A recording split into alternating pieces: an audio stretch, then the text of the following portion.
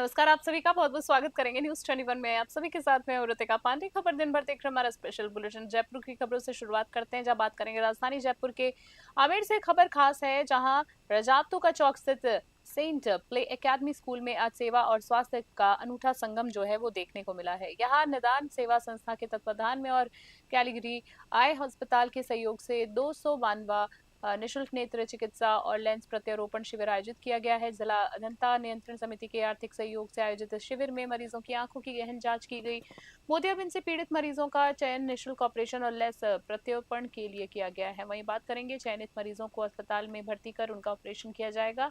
साथ ही दवाइयां, भोजन और चश्मे भी पूरी तरह से निःशुल्क उपलब्ध कराए जाएंगे। कार्यक्रम में मुख्य अतिथि के रूप में आमेर विधायक प्रशांत शर्मा मौजूद रहे। जयपुर से एहसान खान की रिपोर्ट देख रहे हैं आप।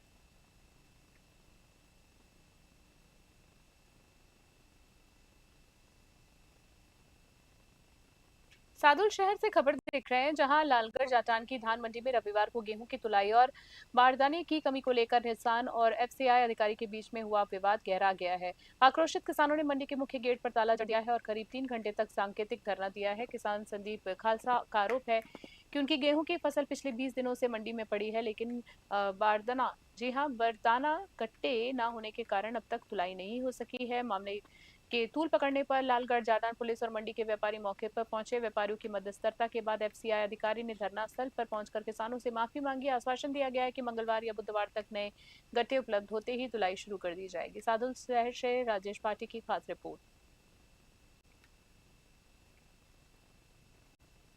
ये लालगढ़ मंडी में गेहूं की खरीद बहुत बढ़िया चालन लग रही है। सिर्फ अव्यवस्था हुई है तो बारदाना ही बचो पिछू सरकार का बारदानों को नहीं तो कुछ छोटी मोटी बातें होगी। बाकी हमारी मंडी में अब तक 85% खरीद हो चुकी है और 85% ही उठाव हो चुकी है। अब लास्ट में सिर्फ ही 13,000 गट्टा आया। वह रजिस्ट्रेशन के अनुसार व्यापारी वितरित होने लगे हैं। ये लालगढ़ मंडी में गेहूं की खरीद बहुत बढ़िया चालन लग रही है। सिर्फ अव्यवस्था हुई है तो बारदाना ही बचो। बौली से खबर देख रहे हैं। सवाई माधोपुर जिला पुलिस अधीक्षक के निर्देशन में अवैध बजरी माफियाओं के खिलाफ चलाए जा रहे अभियान के तहत बौली थाना पुलिस ने रविवार सुबह बड़ी कार्रवाई को अंजाम दिया है। पुलिस ने सुंदरपुर गांव में दबिश देकर बजरी से भरी 2 ट्रैक्टर ट्रॉलियों को जब्त किया है। यह कार्रवाई बौली थाना अधिकारी जितेंद्र सिंह सोलंकी के नेतृत्व में एसआई लक्ष्मीचंद द्वारा की गई है। हालांकि चालक पुलिस को चकमा देकर मौके से फरार होने में कामयाब रहे हैं। पुलिस की इस कार्रवाई के बावजूद माफियाओं में खौफ नजर नहीं आ रहा है। बता दें, वहीं इस गंभीर मुद्दे पर जिले के खनन विभाग के अधिकारियों ने भी चुप्पी साध रखी। बौली से ब्यूरो रिपोर्ट।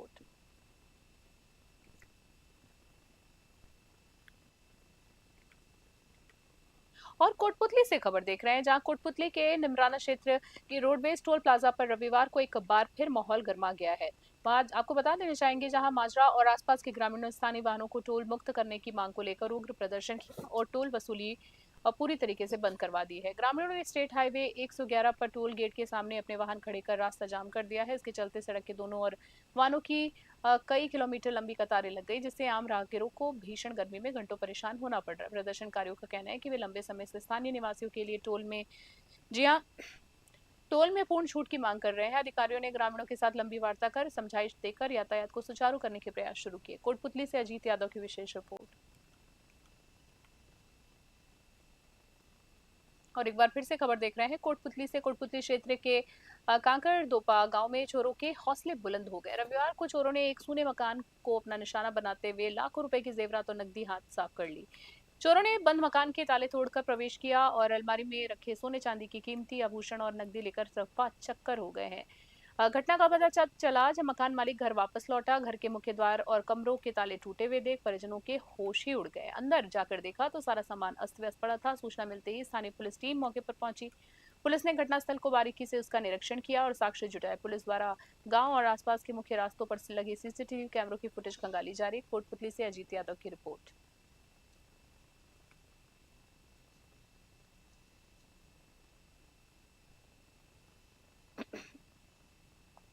सीकर से खबर देख रहे हैं, जहां बात करेंगे सीकर जिले के कांवट कस्बे में स्थित राजकीय अस्पताल में मरीज की मौत के बाद रविवार को भारी हंगामा देखा गया है। परिजनों और स्थानीय ग्रामीणों ने चिकित्सकों पर उपचार में लापरवाही बरतने के आरोप लगाते हुए अस्पताल परिसर में मोर्चा खोल दिया है। करीब 6 घंटे तक चले इस हाई वोल्टेज ड्रामे के बाद प्रशासन को कड़ा कदम उठाना पड़ा है। ग्रामीणों में आक्रोश और मामले की गंभीरता को देखते हुए स्वास्थ्य विभाग ने तत्काल प्रभाव से डॉक्टर रामजीलाल समोता को एपीओ कर दिया है। डॉक्टर पर कार्रवाई के बाद प्रदर्शनकारियों ने धरना समाप्त किया।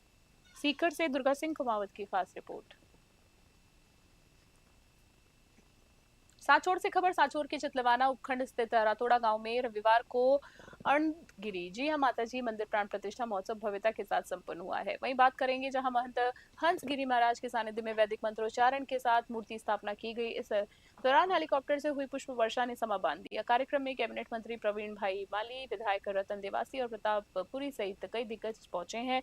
वही बात करेंगे जहां विशाल भंडारे के साथ यह आयोजन ऐतिहासिक और बन गया। सांचौर से जालाराम भादु की खास रिपोर्ट।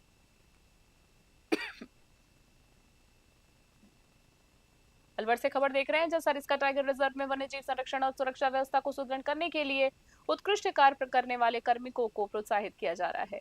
और इसी कड़ी में सरिस्का रेंज के सहायक वनपाल धर्म सिंह को अप्रैल 2026 माह का सर्वश्रेष्ठ गश्ती कार्मिक गश्ती कार्मिक चुना गया है। धर्म सिंह ने पूरे महीने में करीब 297 किलोमीटर की पैदल गश्त कर वन्य जीवों की निगरानी और सुरक्षा में अनुकरणीय समर्पण दिखाया है। उनके इस प्रभावी कार्य के लिए सरिस्का के फील्ड डायरेक्टर उन्हें सम्मानित करेंगे। प्रशासन का मानना है कि इस पहल से गश्ती दल का मनोबल बढ़ेगा और बाघों के संरक्षण को नई मजबूती मिलेगी। अलवर से हमारे वरिष्ठ संवाददाता प्रदीप गोयल की खास रिपोर्ट देख रहे थे आप।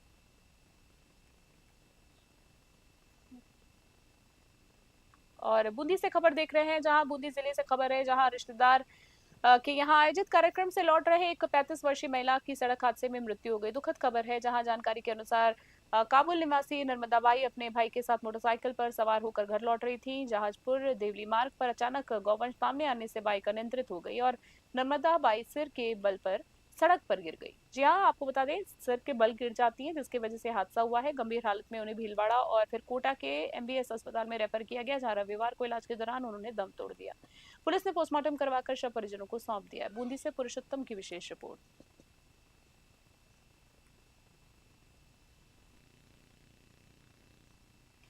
जयपुर डीसीपी वेस्ट प्रशांत किरण के निर्देश पर, जी आपको एक बार फिर से बताना चाहेंगे, जयपुर डीसीपी वेस्ट प्रशांत किरण के निर्देश पर करधानी थानाधिकारी सवाई सिंह ने सवाई सिंह ने 24 घंटे के भीतर 2 बड़ी सफलताएं हासिल की है। वहीं खबर में आपको बताना चाहेंगे पहली कार्रवाई में पुलिस ने हरनाथपुरा स्थित एक लकड़ी के कारखाने पर छापा मारकर झारखंड निवासी 16 वर्षीय नाबालिग को मुक्त कराया है। वहीं आगे बताएंगे आरोपी मूल मोहम्मद बच्चे से कठिन श्रम करवाकर उसे शारीरिक और मानसिक कष्ट दे रहा था। बच्चों के प्रयास जेसी सोसाइटी को सुपुर्द किए गए हैं। आगे आपको खबर में बताना चाहेंगे जहां पर नेवारू रोड स्थित एक गोदाम का ताला तोड़कर 7 इलेक्ट्रिक बैटरी चुराने के मामले में पुलिस ने त्वरित कार्रवाई की है और सीसीटीवी फुटेज और मुखबिर की सहायता से आरोपी फरमान खान उर्फ गुड्डू को गिरफ्तार कर चोरी का माल बरामद किया। जयपुर से आलिम खान की विशेष रिपोर्ट देख रहे थे आप।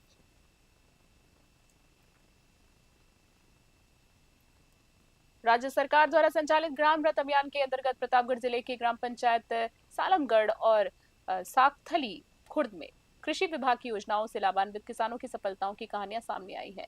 योजनाओं के माध्यम से किसानों की आर्थिक स्थिति में सुधार होने के साथ फसल उत्पादन में भी वृद्धि हो रही है। वही ग्राम पंचायत सालमगढ़ के गांव लघड़िया निवासी कृषक बद्रीलाल पिता हुरजी ने बताया है कि उन्होंने कृषि विभाग द्वारा आयोजित कृषक प्रशिक्षण में भाग लिया जहां उन्हें तारबंदी योजना की जानकारी प्राप्त हुई है। कांकड़िया निवासी नाथूलाल मीणा ने वर्मी कंपोस्ट इकाई के लिए 10,000 रुपए का अनुदान प्राप्त किया। जैविक खाद के उपयोग से उनकी खेती में लागत कम हुई और रासायनिक उर्वरकों पर निर्भरता घटी है। ग्राम रथ अभियान के माध्यम से किसानों को जागरूक कर उनकी आर्थिक स्थिति मजबूत की जा रही है। लाभार्थियों ने इस कल्याणकारी योजनाओं के लिए राजस्थान सरकार और कृषि विभाग का आभार जताया। प्रतापगढ़ से ब्यूरो रिपोर्ट। और एक बार फिर से अलवर से खबर आ रही है। अलवर और भिवानी के विकास को अगले सप्ताह नई गति मिलने जा रही है। मुख्यमंत्री बचनलाल शर्मा अपने अलवर प्रवास के दौरान करीबन 1,000 करोड़ रुपए की विकास परियोजना का उद्घाटन करेंगे।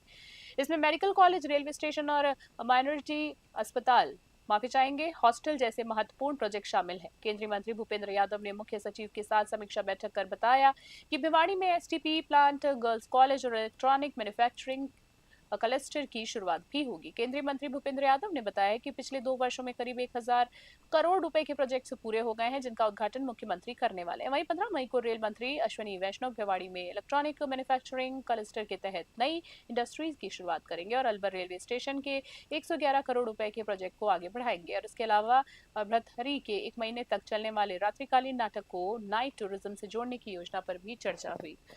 अलवर से हमारे वरिष्ठ संवाददाता प्रदीप गोयल की खास रिपोर्ट देख रहे थे आप। कोतली में हॉकी के स्टेडियम का जो हमने शुरू कराया है, हरसाना और अलवर में स्टेडियम नए शुरू कराने का विषय है। भिवाड़ी के स्टेडियम का फर्स्ट पार्ट पूरा हो गया है, उसका उद्घाटन का विषय है।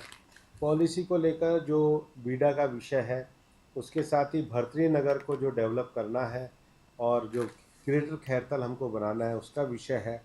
यूआईटी भैरोड और नीमराना को शुरू किया जाए, इसका विषय है। उसके साथ ही अलवर में जो एमआईए नगर, रोहिणी नगर, साकेत नगर, भिवाड़ी में पंचशील और पटेल नगर के जो विकसित करने के जो विषय पेंडिंग सरकार के पास पड़े हैं। डेयरी को अब भूमि पूजन करा करके और प्लांट को आगे बढ़ाने का विषय है। पुतली में हॉकी के स्टेडियम का जो हमने शुरू कराया है। हरसाना और अलवर खबर मेड़ता सिटी से देख रहे हैं, जहां मेड़ता सिटी के चितारण चौकी स्थित नारायण अस्पताल इन दोनों आयुर्वेद, योग और पंचकर्म चिकित्सा के माध्यम से मरीजों के लिए राहत का केंद्र बना हुआ है। हॉस्पिटल में बिना किसी साइड इफेक्ट की गंभीर दर्द रोगों का सफल इलाज किया जा रहा है।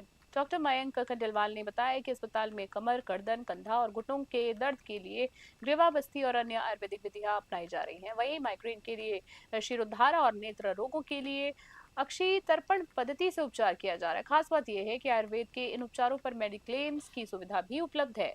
सुरक्षित और प्रभावी चिकित्सा पद्धति के कारण बड़ी संख्या में क्षेत्रवासी यहां लाभान्वित हो रहे हैं। मेड़ता सिटी से सुशील दिवाकर की विशेष रिपोर्ट।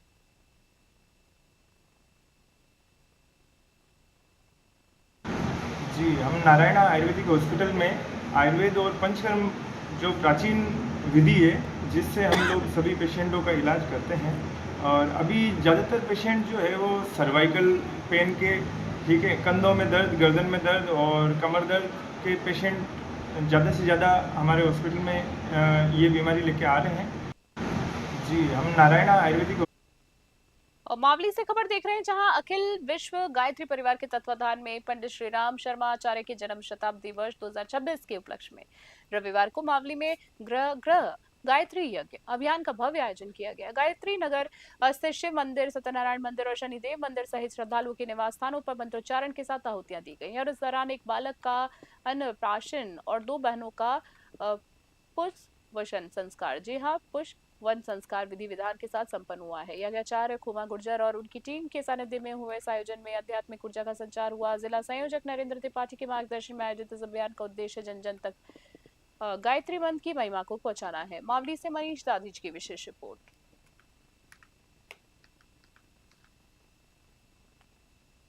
और बुलेटिन में एक बार फिर से बड़ी खबर देख रहे हैं। राजस्थान का अलवर जिला इन दिनों अपनी एक विशेष धार्मिक और सांस्कृतिक पहल के लिए देश भर में चर्चा का विषय बना हुआ है। यहाँ आमतौर पर बाबा खाटू श्याम की केवल भजन संध्याएं होती हैं, वहीं अलवर में बाबा की जीव लीला का मंचन किया जाता है। 8 साल के लंबे अंतराल के बाद इस साल तीसरी बार बाबा श्याम के जीवन प्रसंगों को मंच पर जीवित किया गया है। इस अनूठी परंपरा की नींव वर्ष 2015 में रामावतार पंडित ने रखी थी।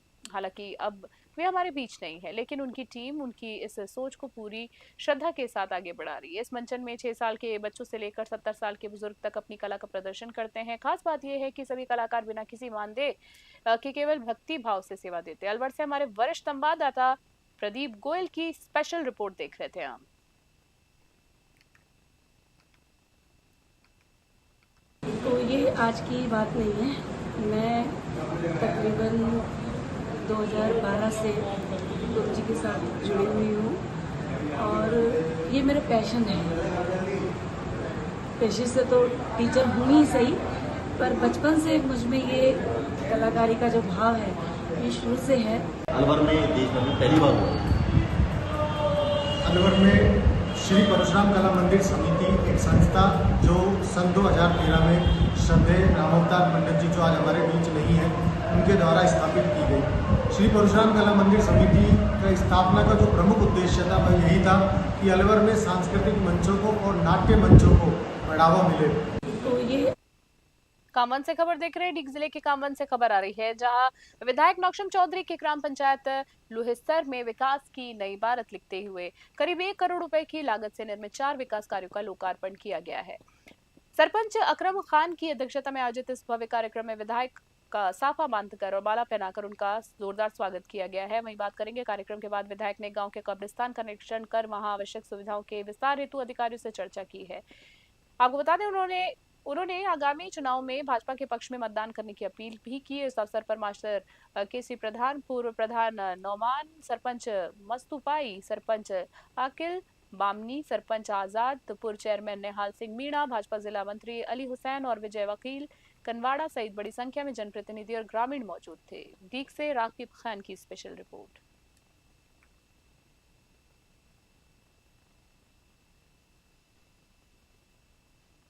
जैसलमेर से खबर देख रहे हैं, जहां भीषण गर्मी और प्यास से जूझते मरुस्थल में भारतमाला परियोजना के तहत बन रही सड़क अब विवादों के घेरे में आ गई। जैसलमेर से आपको बताएंगे, जहां म्याजलार के बीच चल रहे निर्माण कार्य में सरकारी बोरवेलों और कुंडों के पानी की कथित दुरुपयोग को लेकर ग्रामीणों में गंभीर सवाल उठाए हैं।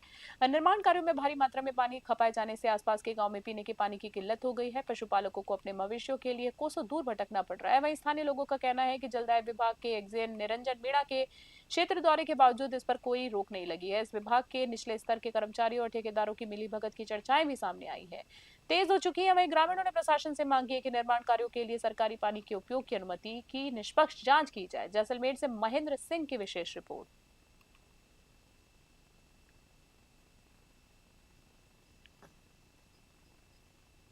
डूंगरपुर से खबर। डूंगरपुर जिला प्रशासन और देवस्थान विभाग के तत्वाधान में आगामी 11 मई 2026 को सोमनाथ स्वाभिमान पर्व श्रद्धा और उत्साह के साथ मनाया जाएगा। यह आयोजन जो है सोमनाथ पर हुए आक्रमण के 1000 वर्ष और मंदिर के पुनर्निर्माण और उद्घाटन के 75 वर्ष पूरे होने के ऐतिहासिक अवसर पर समर्पित है।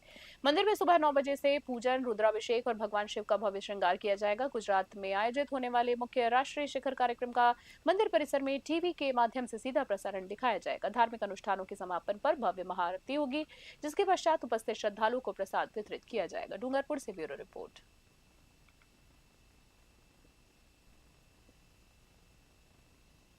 करौली से खबर देख रहे। करौली जिला मुख्यालय पर जिला अस्पताल मार्ग को अतिक्रमण मुक्त कराने के लिए रविवार सुबह जिला प्रशासन और नगर परिषद ने संयुक्त रूप से अतिक्रमण हटाओ अभियान चलाया है।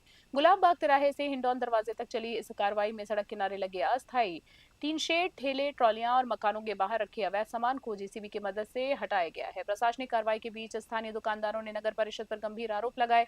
दुकानदारों का कहना है कि प्रशासन ने राजनीतिक और प्रशासनिक दबाव में आकर पक्षपात रवैया अपनाया है। आरोप है कि आसपास के बाहर कुछ रसूखदारों के अतिक्रमणों को छोड़ दिया गया, जबकि छोटे दुकानदारों पर कार्रवाई की गई। व्यापारियों ने मांग की है कि यदि अतिक्रमण हटाना है तो नियम सभी पर समान रूप से लागू होना चाहिए।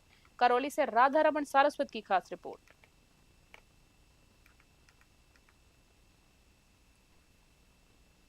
बाग से लेकर हिंडौन गेट तक का जो मुख्य सड़क है, जिसमें पूरे जिले के आम नागरिक अपने जरूरतमंद के सामान के लिए आते हैं, उस पर अस्थायी अतिक्रमण करके लोगों ने सकड़ा करके काफ़ी कंजेस्टेड कर दिया। जिला प्रशासन के निर्देशानुसार नगर परिषद करौली ने आज उसका अस्थायी अतिक्रमण हटाने का कार्य सुबह से प्रारंभ किया है। हमने लगभग अतिक्रमण आधा हटा चुके हैं और आगे भी हिंडौन गेट तक पूरा अतिक्रमण हटाएंगे। खास बुलेटिन में इतना ही। बने रहे न्यूज़ 21 अभी के लिए। नमस्कार, जय हिंद, जय भारत।